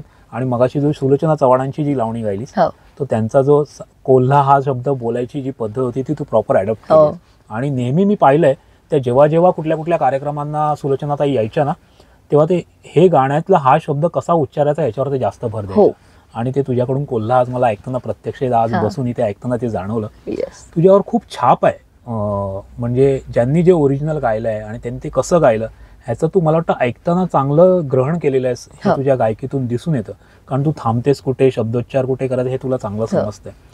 फोक म्हटलं ना की जोश असतो, तो जोश आहे तुझ्या आवाजातला खराच म्हणा किंवा आवाजातला एक सामर्थ्य म्हणा, ते त्याला खूप सूट होतं. त्यानंतर तुझी अनेक गाणी आली, गाजली. आणि ही गाणी तू सूरनवा ध्यासनवामुळे ही गाणी गाऊन तू वर आली आणि ती आता तुझ्या नावावरच झळकतात ती सगळी गाणी, बरीचशी गाणी. आणि पण एक कचकच कांदा नावाचं गाणं तुझं आलं, मला वाटतं अवधूत दादाचंच म्युझिक आहे, एकविरा म्युझिकचं ते गाणं आहे. आणि त्या गाण्यावर तू जेवढी गाजायला पाहिजे त्या व्यतिरिक्त गौतमी पाटील जास्त गाजली, कारण तिने ते खूप छान पद्धतीने तिच्या कार्यक्रमांमधून ती सादर करते. आणि ह्या गाण्याच्या अनुभवाविषयी सांग ना, कारण एखादं स्वतःचं गाणं येणं म्हणजे कव्हर गाणं, दुसऱ्यांची गाणी गाणं, ते स्वतःचं गाणं येणं, हा प्रवास तुझा त्या गाण्यांमुळे घडला. अजून आधी त्याच्या असतील गाणी, पण हे गाजलं गाणं. तर त्या गाण्याच्या अनुभवाविषयी सांग. ते गाणं लकीली माझ्या वाट्याला आलं. अवधूत दादाने मला ज्यावेळेस मी सेटवर असताना एक शब्द दिला होता अख्ख्या महाराष्ट्रांसमोर की मी तुझ्यासोबत काम करेन, मी तुला एक छान गाणं देईन. त्याच्यानंतर काही काळ गेल्यानंतर मला एक दादांनी ऑफर केली की एक लग्नाचं हळदीचं गाणं होतं, तर हळदीचं गाणं मग तर काहीतरी फिल्मसाठी ते ते गाणं कॅन्सल झालं. दादा म्हटले की ते जाऊ दे, आपण छान गाणं करूया. मग दादांनी स्वतः लिहिलं, हटके विषय लिहिला. त्यावेळेस मला काय एवढा खास वाटला नाही. गाऊन बाहेर आले, झालं, गाणं रिलीज झालं. मग ते गाणं आम्ही प्रमोशन केलं रावेतला. रावेतला एक शो होता, तिकडे आम्ही प्रमोशन केलं त्या गाण्याचं आणि ते गाणं उचललं, लोकांना आवडायला लागलं. त्याच्यानंतर गौतमी पाटील त्यांनी पण ते गाणं खूप छान पद्धतीने डान्स केला किंवा तर त्यांनीही खूप छान प्रकारे त्याला त्या गाण्याला सजवलं, रंगवलं आणि ते भरपूर लोकांपर्यंत गेलं व्हायरल. आता अक्षरशः असं झालं की गायिकाचं काही नाही, पण ते गाणं कचकच कांदा आणि पाटलांचा बैलगाडा असं की त्याची जे खरी हिरोईन म्हटलं तर ते गौतमी पाटील यांनाच म्हटलं जातं. तर ते खूप त्यांनी उचललं. पाटलांचा बैलगाडा पण खूप छान उचलला. तर अशी गंमत आहे या गाण्याची. आणि ते त्याच्यातले शब्द पण लोकांना खूप आवडले. ते वजडी खाल्ली काय, काजू आवडला काय, ते सगळं ते लोकांच्या कुठेतरी काळजात गेलं. आणि काय जेवला काय हा शब्द कोणी कोणाला म्हणतं. आणि इव्हन आता युग बदललं, मोबाईलवर व्हॉट्सअपवर लोक जेवण विचारतात, तो शब्द चांगला की झाला. म्हणजे दादांच्या नजरेत असं होतं की सकाळी जे गावाकडची जी सकाळ असते त्यावेळेस सकाळची कुठं न्याहारीला जाताना, कुठं फिरताना लोक काय बाबा जेवला का, जेवण झालं का असं विचारतात कोल्हापुरी भाषेत. दादा कोल्हापूरचे आहेत, मग दादांच्या डोक्यात ती कन्सेप्ट होती.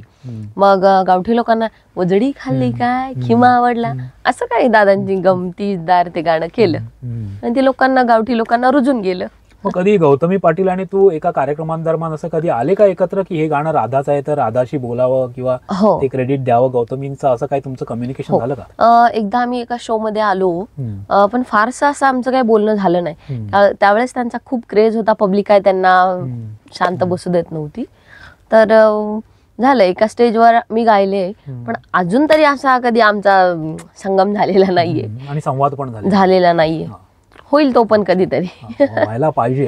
कारण नेहमी आपल्या इंडस्ट्रीतलं एक असं हे गणित आहे की गायक कलाकारामुळे आणि कलाकार गायकामुळे प्रसिद्ध होतात हो आणि दोघांना क्रेडिट देतात व्यवस्थित असा अनुभव आहे. म्हणजे किशोर कुमार, राजेश खन्ना असेल हो हो तिथपासून हे सगळं चालत आलेलं आहे. हो SP बालसुब्रमण्यम, सलमान खान असेल, येस चांगलं कॉम्बिनेशन हो, असतं. हो. बहुतेक गाणी गौतमी, मला वाटतं ती 2 गाणी खूप गाजतात तिची. हो हो त्या गाण्यावरती ना ते एक राधाचं आणखीन एक गाणं आहे. हा तुझ्यासाठी आले बनात. ते कोणाचं गाणं आहे? ते एक वर्षा एकंडे म्हणून, ती पण एक विनरच आहे बरं का. हा हा आदर्श शिंदेच्या एक आताच्या शो मधली विनरच आहे. विनर नाही आय थिंक. ती 2-3 गाणी ती खूप चांगली हा. तिची फेमस आहेत. तुझ्यासाठी तिच्या- आले. तिच्या हो. नाच पाहायला लोकांना आवडतं या आवडतो गाण्याने. आवडतो. पण एक चांगलं आहे म्हणजे ज्यांना माहिती आहे राधाचं गाणं आहे ते लोक राधालाच प्रेज करणार हो ऑफकोर्स. आणि तुझा एक प्रेक्षक वर्ग, चाहता वर्ग आहे. हो हा सगळा प्रवास चालू असताना प्रोफेशनल सिंगर होताना तुला काय अडचणी आल्या याच्यामध्ये? ज्यावेळेस तुम्हाला प्रोफेशनल सिंगर म्हटलं जातं त्यावेळेस तुमच्याकडून अपेक्षा वाढल्या जातात. ज्यावेळेस तुम्ही स्टुडिओला काम करता त्यावेळेस तुम्हाला प्रोफेशनल पद्धतीनेच ते करावं लागतं. हार्डली काम राहतं. जसं की तुम्ही ज्यावेळेस तुमच्यावर एकदा शिक्का लागला, तुम्ही प्रोफेशनल आर्टिस्ट आहात, छोट्या छोट्या गोष्टींवर काम करावं लागतं. शक्यतो मी गावाकडे शास्त्रीय संगीत शिकल्यामुळे काही गोष्टी मला शिकता आलेल्या नाहीयेत. कारण तिकडे काही पंडित लोक नव्हती. जसं पुण्यात शहरात मध्ये जरा खोचक शिक्षण असतं तसं मला नाही भेटलेलं. तरी पण इकडं आल्यानंतर मला लोकांनी खूप सांभाळून घेतलं, काही गोष्टी शिकवल्या, काही शिकले असं. तर प्रोफेशन म्हटलं की तुम्हाला प्रोफेशनलच सगळ्या गोष्टी कराव्या लागतात असं राहतं. असं मग तुला अप्रोच होताना संगीतकारांना किंवा गाणं मिळवण्यासाठी तुला काही प्रयत्न करावे लागतात का? गाणं मिळवताना तर काय प्रयत्न नाही करावे लागले. कारण संगीतकार ज्यावेळेस गाणं लिहितो किंवा गीतकार गाणं लिहितात, संगीतकार त्याला कंपोज करतात, त्यावेळेस त्यांच्या डोक्यात माइंडमध्ये असतं की हा ही गाणं राधा छान गाईल. तर त्यावेळेस ते गाणं माझ्या वाट्याचं जे आहे ते मला मिळत जातं. आणि जर गाण्याचं म्हटलं तर मी स्वतः पण कंपोज करते. अरे वा. आणि माझे मिस्टर पण करतात. मी मगाशी ऐकलं तुझे पती संगीतकार आहेत. हो संगीतकार आहेत. तर मग आम्ही दोघं पण नवीन गाणे जन्माला घालतो, सगळंच आम्ही करतो. असं पण राहतं. असं कधी होतं का की अमुक गाणं ऐकलं नवीन आलं आणि ते आपल्याला गायला मिळायला हवं होतं, किंवा दुसऱ्या कोणाचं गाणं आहे ते अचानक राधाकडे आलं, असं झालं? माझ्या वाटणीची चांगली हिट गाणी पण गेलेली आहेत दुसऱ्यांना गायला. मी आता नावं नाही घेणार, पण असं होतं कधी कधी. पण तो इथला भाग्यातला आणि नशिबाचा एक पॉइंट समजून मी ते सोडून देते. कारण ते जर तिच्या तोंडून जास्त विचार काय करणार, जर ते तिच्या तोंडूनच हिट होणार तर ते तिच्या वाटणीचं होतं, जाणार तिला असं ह्या गोष्टी. नाही आतापर्यंत तरी कुणाच्या वाटणीचं गाणं मला आलेलं नाही, पण माझ्या वाटणीची भरपूर गाणी दुसऱ्याला गेलेली आहेत असं झालेलं आहे. पण नाही, जे मिळायचं ते मिळतच. हे कचकच कांदा कापताना तुझ्या डोळ्यासमोर नेमकं काय येतं? कारण आम्हाला ऐकताना ते सगळं जेवणाची तयारी सुरू आहे आणि आता जेवायला बसायचं असं येतं. तुझ्या डोळ्यासमोर काय येतं? कारण ते शब्दांचे उच्चार आहेत ना ते त्या रिदमवर प्रॉपर आलेले आहेत. हो. तर तुला कसं वाटत होतं? शक्यतो हे गाणं गाताना पण मला असं काही वाटलं नव्हतं कचकच गाणं. माझ्या डोक्यात ते गाणं नव्हतंच, किंवा मी गायचं म्हणून गायलंय, पण मी काय इमॅजिन करून नव्हतं गायलं की असं काय. मला दादा सांगायचे, पण ते तेवढ्या पुरतं इमॅजिन केलं गाताना. पण परत असं काय माझ्या आयुष्यात मी कधी जास्त स्वयंपाकात मी घुसत नाही, किंवा स्वयंपाक छान करते, पण जास्त माझ्या हातात ते सगळ्या गोष्टी नसतात. त्याच्यामुळे मी काय तेवढा इमॅजिन करत नाही. पण ज्यावेळेस ते पुढचा करतो त्यावेळेस मला कळते हा बाबा हे माझं गाणं आहे, किंवा हे अशी थीम आहे, असं होतं. बाकी असं काय विषय. एक झलक गाण्याची. कचकच कांदा. कचकच कांदा कापताना बोट सुरीतनं वाचवली, हाताला चटका लागला तरी मी कढई तापवली. कचकच कांदा कापताना बोट सुरीतनं वाचवली, हाताला चटका लागला तरी मी कढई तापवली. तुमच्यासाठी स्पेशल केवढं बाय मी सोसाल, थोडं तरी सांगाल का नाही. पाहुणं जेवला काय, पाहुणं जेवला काय. अरे वा. थँक्यू. काय फेमस होईल नाही आपण सांगू शकत हो, काही आवडत. खूप गाणं फेमस झालंय. पाटलाचा बैलगाडा पण खूप फेमस झाला. ते पण खूप हो, खूप मिलियन क्रॉस केलं त्यांनी पण. पण हे प्रसिद्धी जेव्हा समोर येते आणि तुला कार्यक्रमांमध्ये बोलवलं जातं हो. तेव्हा अप्रोच कसा असतो आयोजकांचा? छान ट्रीट करतात मला.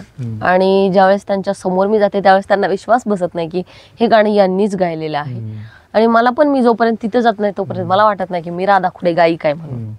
कारण अजून पण मला विश्वास बसत नाही. कारण लोकांनी प्रेम केलंय ते आवाजावरती केलेलं आहे. राहिली गोष्ट ही की मला ॲटिट्यूड नाहीये, शून्य ॲटिट्यूड आहे मला. मी जरी गेले कुठं तरी मला लवकर त्या माहोलमध्ये घुसायला आणि मी राधा खुडे हे समजून घ्यायला मलाच वेळ जातो. म्हणजे मला अजून पण असं वाटत नाही की मी ॲटिट्यूड मध्ये राहिलं पाहिजे. किंवा जो ते तिथे गेल्यावर मला ज्यावेळेस मॅडम म्हणतात त्यावेळेस मला कळतं की हा, मी राधा खुडे आहे, मी माझ्या अँगलमध्ये यायला पाहिजे. अशा काही गोष्टी आहेत. आणि आयोजक म्हटलं तर खूप छान त्यांचा रिस्पॉन्स असतो माझ्याबद्दलचा. त्यांचं असं बघणं असतं, अरे बापरे ह्यांनीच ते गाणं गायलंय का, अशा गोष्टी होतात काही काही. असं कोणतं गाणं आहे की याआधी एखाद्या गायिकेने खूप छान गाऊन ठेवलेलं आहे आणि तुला ते खूप भावतं गाणं आणि तू ते सारखं गुणगुणते किंवा तुला ते वाटतं ते गातेस, तू ते गाताना तुला मजा येते, असं कोणतं गाणं आहे या आधीचं? मराठी क्षेत्रातलं, हिंदी क्षेत्रातलं कोणतंही गाणं? लंबी जुदाई हे गाणं माझ्या व्हॉइस टोनला मॅच करतं. सूट होतं. तर ते गाणं मला सेटवरती पण गायचं होतं, पण ते मला नाही गायला भेटलं. त्यांना माझ्याकडून वेगळंच ऐकायची होती मराठी फोक सॉन्ग. तर ते लंबी जुदाई गाणं रेश्माजींनी गायलं. त्यांनी 1 टेक मध्ये गायलेलं गाणं आहे ते. त्याच्यात काय टेक घेतलेलेच नाही. तर त्याचं 1 टेक मधलं गाणं आहे.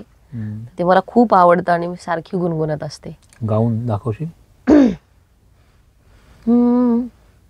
क्या बात. थँक्यू. छान. म्हणजे तू चांगलं अडॉप्ट करते, तू चांगली गायिका पण आहे, पण चांगला कान चांगला ऐकणं खूप गरजेचं असतं गाणं जेव्हा एखादा आपण रियाज करत असतो तेव्हा. नक्कीच. तुझी आता तू लंबी जुदाई बद्दल बोलली, तुझी लव्ह स्टोरी फार इंटरेस्टिंग आहे. आणि आपण जसं मगाशी म्हटलं की याच क्षेत्रातले तुझे पती आहेत. हो. तर कसं काय जुळलं तुमचं? लव्ह स्टोरी म्हणजे पहिला एक मला ब्रेक जो असेल, पहिला ब्रेक, सर आहेत, लेखक पण आहेत, संगीतकार पण आहेत आणि त्यांचं स्टुडिओ पण आहे. तर सरांनी मला पहिल्यांदा गायला बोलवलं होतं, म्हणजे मिस्टरांनी. तर ते येडामाईची सॉन्ग लिहितात. तर त्यांनी मला पहिला ब्रेक दिला. म्हणजे माझ्याकडून एक पहिलं देवीचं गाणं गाऊन घेतलं, येडेश्वरीचं. तर त्यांना ती येडेश्वरी त्यांचं कुलदैवत आहे. तर ते गाणं मी गायलं आणि खूप व्हायरल झालं, प्रचंड व्हायरल झालं.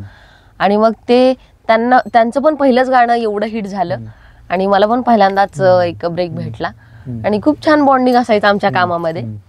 तर एक ते भक्तिवालं वातावरण असायचं आमच्यामध्ये. पण कधी ते काम करता करता कधी आम्ही एकमेकाच्या प्रेमात पडलो आम्हाला कळालंच नाही. कारण तो एवढं देवीनेच, खरंच तिनेच तो म्हणजे एक आशीर्वाद आम्हाला दिला. कारण सरांना आई पण नाहीये आणि आता एक 2 महिन्यापूर्वी बाबा पण त्यांचे गेले. आणि एक त्यांनी त्यांच्यासाठी जी आई होती ती येडेश्वरी होती. म्हणजे ते देवीला आई मानायचे. तर त्यांच्यात भाव उतरायचा आणि माझ्या गायकीतून एवढं ते भावलं गाणं की त्यांना माझ्यामध्ये ते रूप दिसलं येडेश्वरीचं. त्यांना ते प्रेम होऊन गेलं. मग ते तशी आमची लव्ह स्टोरी आहे की भक्तिमय वातावरणातली आमची लव्ह स्टोरी आहे. नंतर ते घडत गेलं. मग नंतर आमच्या काही गोष्टी घरी आम्ही सांगितल्या. सो कलाकार असल्यामुळे, सर कलाकार असल्यामुळे आणि मी पण, त्याच्यामुळे घरातल्यांचा पण काही विरोध नव्हता, स्वीकारलं. कारण जर दोन्ही पण चांगल्या गोष्टी आहेत, जातीभेद कशासाठी करणार?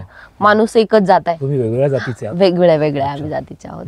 माणूस एकच जात आहे. त्याच्यामुळे घरच्यांनी एक्सेप्ट केलं आणि आम्हाला दोघांना विवाह बंधनात अडकवलं.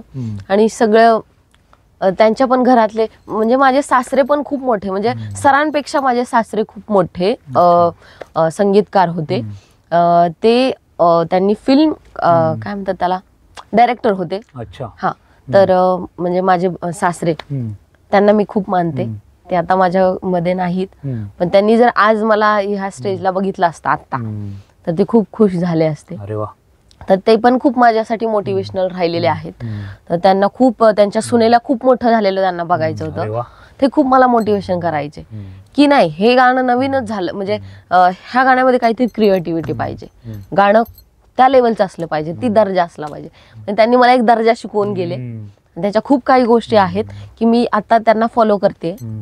आणि ते माणूस म्हणून खूप ग्रेट होते माझ्यासाठी. ते टॉपचं करायचं आणि खूप चांगलं करायचं, स्वतःची 100% त्यात द्यायचं. हा, ते म्हटले मी जे नाही करू शकलो ते तू कर, कारण मी बाहेर जातो त्यावेळेस मी तुझं नाव ऐकतो, माझी अभिमानाने छाती फुगते. अरे वा. म्हणजे सासरा आपल्याला हे बोलतो म्हटल्यावर सुनेला काय वाटत असेल. म्हणजे त्यांच्यासाठी माझी जी इमेज होती ती इथं होती.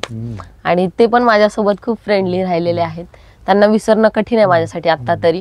आणि 2 महिने झाले ते आमच्यामधून गेलेले आहेत. थोडं आम्ही डिस्टर्ब आहोत सर आणि मी. कुठेतरी आम्ही स्टेबल व्हायचा प्रयत्न करतोय. चांगलंय होईल, कारण आपल्याला कसं मागचं विसरावंच लागतं आणि पुढे चालावंच लागतं. शेवट कलाकार आहे आणि त्या माणसाचे विचार आपल्यासोबत कायम असतात, संस्कार कायम असतात. आणि ते आपण आपल्या कामातून दाखवून, म्हणजे आपण स्वतःला दाखवून द्यायचे असतात. ते गाणं कोणतं होतं ज्यामुळे तुम्ही एकत्र आलात? हा, तर ते गाणं मी त्याच्याही 2 लाईन ऐकवते तुम्हाला. सांग निरूप माझा त्या माता माहुली हरणीला, सांग निरूप माझा त्या माता माऊली हरणीला, कसं सांगू तुला येणा माय आई ग, तुझ्यासाठी जीव लागला झुरणीला झुरणीला, कसं सांगू तुला येणा माय आई ग, तुझ्यासाठी जीव लागला झुरणीला. थँक्यू. मजा येते ऐकताना.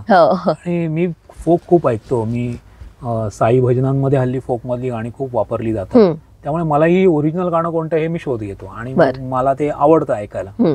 तर त्यामुळे तुझा मी एक फॅन आहे. आणि तू जसं म्हणाली की पती तुझे संगीतकार आहेत, तर तुम्ही दोघं मिळून काही वेगळं करू पाहताय का? कारण आता सध्या ट्रेंड संगीत क्षेत्रामध्ये असा आलाय की ग्रामीण भागातली गाणी, ग्रामीण भागातले कलाकार आपली गाणी सादर करतायत, म्युझिक चॅनल्सला किंवा युट्यूबवरती फेमस होत आहेत. चित्रपटातली गाणी जेवढी फेमस होत नाहीत ना, तेवढी फोक आणि ग्रामीण भागातली गाणी फेमस होतात. कोळी गाणी ही पूर्वापार एक त्याला परंपरा आणि आजही चालू आहे. कोळी गाणी आजही चांगल्या पद्धतीने बनतात आणि खूप फेमस होतात. दुसरा एक पार्ट आहे आपला खानदेशातला अहिराणी भाषेतली गाणी. ती तर अतिशय, म्हणजे त्या अहिराणी खानदेशी लोकांनी आपली भाषा एवढ्या पुढे नेऊन ठेवली की त्या गाण्यांना एवढा चाहता वर्ग आहे. परदेशातले अहिराणी लोक आपली गाणी आवडीने ऐकतात, त्यांचे सभा समारंभ होतात. म्हणजे मी ते 2-3 गाणी आहेत मला प्रचंड आवडली. ती झुमकावाली पोरं, झुमका आणखीन आहेत ती सून कशी आली आहे त्यावरच खूप छान गाणी आली आहेत. आणि त्यामुळे मला असं वाटतं की तुला आणि तरटे साहेबांना, तुझ्या पतींना खूप स्कोप आहे की जेव्हा गीतकार, संगीतकार आणि गायिका हे सोबत बसून जेव्हा काम करतात तेव्हा खूप चांगली गाणी बनतात. तर तुम्हाला खूप स्कोप आहे. मी तुम्हाला त्यासाठी खूप शुभेच्छा देईन की लवकर राधा आणि गोविंद तरटे यांची गाणी लोकांसमोर यायला पाहिजेत. आणि एक नवरा बायकोंमधलं बॉन्डिंग आणि समाजाला दाखवून द्या की 2 वेगळ्या जातीतल्या लोकांनी प्रेमविवाह करून पालकांच्या संमतीने लग्न झालेलं आहे आणि ते किती आनंदात राहतात. कारण आपल्याकडे आजही आपण 2025 मध्ये आलो तरी जातीपातीवरून लग्न झालेली आणि ऑनर किलिंगचे केसेस ऐकू येतात. त्याचं एक तू उत्तम उदाहरण आहे. यावर सिनेमा सैराट सारखा सिनेमा येऊन गेला, यादी बरेच होऊन गेले, पण त्यासाठी तू एक उत्तम उदाहरण आहे माझ्या दृष्टीने. म्हणजे मी ज्या भावनेने तुझी मुलाखत घ्यायला आज इथे आलोय त्यातून मला तू अधिक चांगल्या पद्धतीने गवसत जातेस. आणि कधीतरी असं होतं ना, काही छोट्या छोट्या गोष्टी पण आपल्याला शिकवून जातात. तू मला आज 2-3 गोष्टी खूप चांगल्या शिकवल्या की थांबायचं नाही, चालत राहायचं. कारण संघर्ष हा प्रत्येकाच्या वाटेला आला. त्या संघर्षावर मात करण्यासाठी तुम्ही प्रेरणा म्हणून कोणाकडे पाहता, कोणाचे विचार आत्मसात करता, तुमच्यावर संस्कार कसे झालेत ना, ह्या गोष्टी खूप महत्त्वाच्या आहेत. म्हणजे मी अनेक लोक पाहिलेत की ज्यांना बेस नाही, फक्त काहीतरी लाईफस्टाईल म्हणून जगतात आणि अचानक एखादं संकट आलं तर ते गळफास लावून घेतात. विचार करायची क्षमता खुंटते, चालू झालीस आणि तू ते आज लोकांना सांगतेस. आणि मी अशी आहे ना की आता माझं बाळ आहे वर्षाचं. आता तो या 22 मार्चला वर्षाचा झाला. मधुर. तर मधुर असा आहे की त्याचा जन्म झाल्यापासून, तो 2 महिन्याचा असल्यापासून मी काम करते. रेकॉर्डिंग असतील, शो असतील, पण त्याला घेऊन मी काम करणं. माझ्यासोबत माझ्या आईने खूप साथ दिली. तर माझ्यासोबत माझ्या आईने आणि भावाने खूप सपोर्ट केलेला आहे. आता सर करतायत. तर मी कष्टाला भिणारी पोरगी नाही. हो. कारण मी गावाकडचे हम्म. आणि गावाकडच्या पोरी तर माहिती आहे तुम्हाला कसं रफ असतं. आणि रफत काम करणं. आमच्याकडे ढिल्लं काहीच नसतंय, आम्ही कशालाच भीत नाही. हम्म. तुमच्या 10 माणसाचं जेवण असो किंवा 30 माणसाचं जेवण असो, म्हणजे मी सेलिब्रिटी आहे हम्म. हे लोकांना अजून वाटत नाही की राधा खोडे स्वयंपाक करत असेल किंवा काय. त्यांचे वेगळे वेगळे दृष्टिकोन आहेत, खूप पैसा यांच्याकडे, खूप असं तसं. पण नाही, मी आज या स्टेजवर सगळ्यांना सांगेल की मी खूप साधी आणि सिंपल मुलगी आहे. मी खूप सगळी कामे इझिली करू शकते.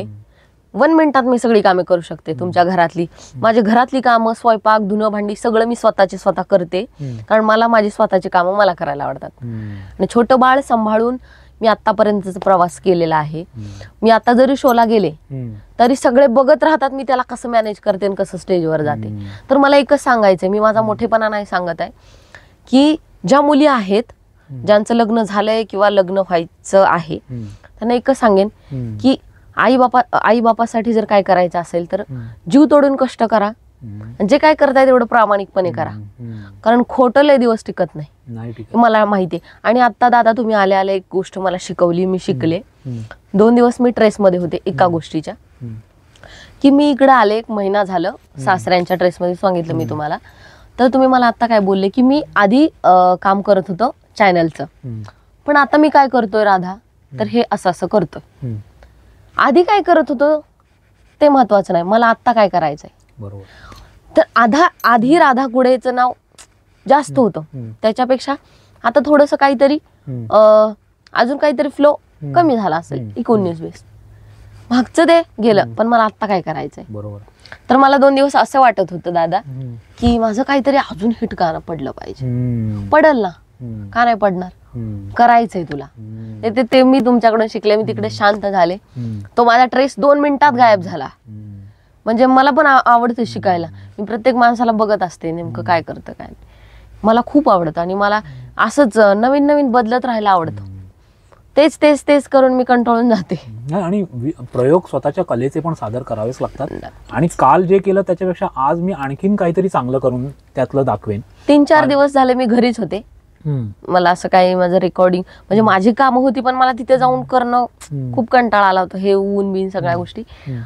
पण आता इथं आले, स्टुडिओ बघितला, माहोल बघितला, परत चार्ज झाली माझी बॅटरी. तुम्हाला बघितलं, अरे बापरे, जो मोठ्या माणसाने आपल्याला सांगितलं की भर वेगळीच पडते हो. कारण माझे आई बाबा मला सांगितलं की मी लगेच उठून तयारीतच असते.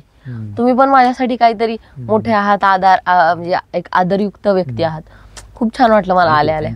कसं असतं आपलं कलाक्षेत्र जे आहे ना, मग तुम्ही कॅमेऱ्याच्या समोर असाल, लोकांच्या समोर व्यासपीठावर असाल, रंगमंचावर असाल किंवा त्या सगळ्या मागे काम करत असाल, कलाक्षेत्र अस्थिरच आहे. हो. आणि तिथे रोजचा दिवस तुम्हाला तुमची कला सादर करावी लागते. नक्कीच. ग्रामीण भाषेतल्या बोली भाषेमध्ये बोलायचं झालं तर रोजच्या तहानेला रोज विहीर खणावी लागते कला क्षेत्रातल्या माणसांना. असंघटित क्षेत्र आहे आणि दाखवून द्यायचंय ना, मला माझा प्रूव्ह करायची आहे कला. ही तडफ जेव्हा असते तेव्हा नेहमीच नवीनच करायचंय. तर त्याला कधीच घाबरायचं नाही. आज जे चालत नाहीये ते उद्या केव्हा चालेल. अजय अतुलांचं कोंबडी पळाली गाणं खूप नंतर गाजलं. अनेक गाणी चांगली जी गाजलेली आहे ती नंतर आलेली आहे. अग्निपथ सिनेमा पहिला चालला नाही, दुसऱ्यांदा आला तो जास्त चालला, पण आधीचा खूपच चांगला होता असंही लोक म्हणतात. तर हे असं असतं आपलं नशीब. मी फार याला नशिबाशी जोडत नाही. प्रयत्न आणि आपलं 100% देऊन केलेलं त्याला यश मिळेल न मिळेल, पण ते 100% जेव्हा तुम्ही 100% सतत 100% देता ना, तेव्हा त्याचे 1000% कधी होतील सांगू नये. आणि एक गोष्ट अशी झाली, ज्यांनी मला हिनवलं होतं ना, ज्यांनी मला कमी समजलं होतं, त्यांची दाताड पाडली मी. माझ्या मराठी भाषेत सांगेन. आता ती माणसं मला भेटायला तर असतात किंवा मला आजूबाजूची किंवा नातेवाईक मला भेटायला तर असतात, मला बोलायला तर असतात, पण मी कुणालाच वेळ देत नाही. आता मी फक्त स्वतःला वेळ देते. क्या बात आहे. कारण मी सगळ्यांना वेळ देऊन बघितला, त्यावेळेस मला कोणी वेळ नाही दिला. आणि मी ज्या माणसांसाठी पळायचे ना त्यांच्या पाठीमाग की ह्या गोष्टीसाठी मला ही गोष्ट मिळेल किंवा काय, त्यावेळेस त्यांना ऍटिट्यूड होता. आता ते मला भेटायला तर असतात, पण मी भेटतच नाही त्यांना. असं आहे. म्हणजे मी एक पण शिकले बरं का दादा, की आणि माझ्याकडून पण मी अशा काही लोकांना इग्नोर केलं त्यावेळेस त्यांचं ते हे बघून, पण आता ती लोक लय टॉपला आहेत. ते शिकले मी की कधी कुणाला कमी समजू नको, वेळ कधी पण पलटी मारते. माझ्या बाबतीत घडलंय, ती माझी चूक असेल की माझं ते हे असेल, म्हणजे तिथं म्हणजे मी पण कमीपणा घेते की माझं पण चुकलं, पण ते शिकले कधी कुणाला कमी समजू नको, वेळ प्रत्येकाची बदलते, म्हणून मी प्रत्येक माणसाला तेवढीच किंमत देते. बरोबर आहे. जे की मी त्यावेळेस चूक केली ती. आपल्या गोष्टीतून शिकणंच आपलं माणूस पण आहे. आपण आपल्याच गोष्टीतून शिकलं पाहिजे, दुसरा शिकवायला येतो ना. म्हणजे सलमान खानच्या वडिलांचं एक वाक्य आहे की खुद के आंसू खुद पोचना, दुसरे आएंगे तो सौदा करेंगे. राईट, तसंच आहे, तसंच. मला खूप मजा आली आज तुझ्याशी बोलताना आणि प्रत्येकाकडून काहीतरी शिकण्यासारखं असतं. मला ह्या मुलाखतीचं ओकेजन होतं डॉक्टर बाबासाहेब आंबेडकरांची जयंती. कारण मला तो तुझा बाज सगळा माहिती होता आणि तू नेमकी या जयंतीच्या औचित्याने लोकांना काहीतरी सांगशील, तुझी कला दाखवशील, ही माझी अपेक्षा होती, ती जी तू पूर्ण केली त्याबद्दल तुझे खरंच मनापासून आभार. जाता जाता मला बाबासाहेबांचं आणखीन एक गाणं तुझ्याकडून ऐकायचं आहे. नक्कीच. लग्न घडीला येऊन गोडीन, लग्न घडीला येऊन गोडीन, बाशिंग बांधून बसली होती रमा भीमाच्या जोडीनं, बाशिंग बांधून बसली होती रमा भीमाच्या जोडीनं. जय भीम, जय भीम. क्या बात आहे, क्या बात आहे. म्हणजे आपल्याकडे मग अशी आपण नावं घेतली की शाहीर अण्णाभाऊ साठे, शाहीर विठ्ठल उमप, शाहीर साबळे, किंवा आणखीन प्रल्हाद शिंदे, त्यांची पूर्ण कुटुंब. म्हणजे माझ्या दृष्टिकोनातून एखादा खूप हिट माणूस असतो ना, त्याची पुढची पिढी फार काही करते असं घडत नाही, पण ह्यांच्या 4थ्या पिढीपर्यंत हे आलेलं आहे. एवढं मोठं शिंदे या कुटुंबाचं काम आहे. त्यानंतर अनेक शाहीर असतील. आता चंदन कांबळेंचं नाव घेतलं, तुझे गुरु, आणि त्यांची झलक तुझ्या गाण्यामध्ये येते. अनेक जण काम करतायत. ह्यांचा वारसा तू समर्थपणे पुढे नेतेस याचा आम्हाला सगळ्यांना अभिमान आहे आणि तो आणखीन जोशाने तू पुढे घेऊन जावा. लोककला भारताची, महाराष्ट्राची आणि जगाच्या नकाशावर आपली लोककला तुझ्या माध्यमातून आणि गोविंद तरटे यांच्या माध्यमातून जावी अशी मी आशा या ठिकाणी व्यक्त करतो तुझ्याकडे. खूप मोठी हो, खूप मोठी हो, आणि मोठी अशासाठी हो की तुझ्या कलाकारांमागचा माणूस मोठा कर आणि तो जगासमोर, लोकांसमोर येऊ दे. कारण कलाकार अनेक मोठे असतात, पण त्यांच्या माणूसपणाच्या गोष्टी आल्या की लोक त्यांना झिडकारतात. हे अनेक मोठ्या कलाकारांबद्दल आम्ही ऐकून आहे, पण तुझ्यातला माणूस खूप मोठा कर. डॉक्टर बाबासाहेब आंबेडकरांनी इतका मोठा कर. हो, नक्कीच. आणि या प्लॅटफॉर्मवर मला एक संदेश द्यायचा आहे छोटासा, की माझा जो चाहता वर्ग आहे, आणि चाहता वर्गापेक्षा पण माझा महाराष्ट्र आहे, कारण मी महाराष्ट्रातली आहे. तर माझ्या महाराष्ट्राला एकच सांगेन की तुम्ही जे मला प्रेम देताय आणि इथून पुढे देणार आहे, ते प्रेम एवढं शुद्ध द्या आणि एवढं चांगलं द्या. कधी मी एक कलाकार आहे, फक्त कलाकाराविषयी चुकीच्या काही गोष्टी तुम्ही हे करू नका. कारण आता मी गाणं गायलं बाबासाहेबांचं, तर खूप अशा मी सकाळी कमेंट वाचल्या, तर खूप मतभेद आहेत. अण्णाभाऊ साठेंवर मी गाणं केलं होतं, तर खूप मतभेद आहेत. तुम्ही कामापुरतं बाबासाहेब. तर मला एकच सांगायचं की मी दलित समाजातली मुलगी आहे आणि मी कट्टर जय भीम आहे. म्हणजे लोकांना माहित नाहीये मी कोण आहे. तर सर्वांना मानाचा जय भीम. आता 14 एप्रिल येत आहे, तर तुम्हा सर्वांना जय भीम. मला खूप बरं वाटलं तुझ्याशी आज बोलून. अनेक गोष्टी तू उलगडून सांगितल्या ज्या नेते मंडळी किंवा वक्त्यांकडून पोहोचत नाहीत त्यांच्यापर्यंत, ते आज तू खूप छान. आणि मला वाटतं की आजची मुलाखत ऐकून आपल्यातली एक मुलगी, जयभीम मुलगी, बाबासाहेबांना विचार मानते आणि त्या विचारावर काम करते, मानलंच पाहिजे. याबद्दल ते तुझं कौतुक करतील. आज ट्रोलिंगचा जो मगाशी तू भाग म्हणालीस ना, खूप चांगल्या लोक पण ट्रोल होतात, चांगले विषय पण, त्यांच्या डोक्यात काय चालतं हे आपण नाही जज करू शकतो. मला एवढ्या शिव्या पडतात कधी कधी, आणि मला समजत नाही की ह्या मुद्द्यावरून हे मला का शिव्या देतात. अशा वाईट काही नाही बोलत ते, पण मला मगाशी, अरे जर मी दलित समाजाचे तर तुम्ही भेदभाव कशासाठी करता. मी आहे मान्य करते ना.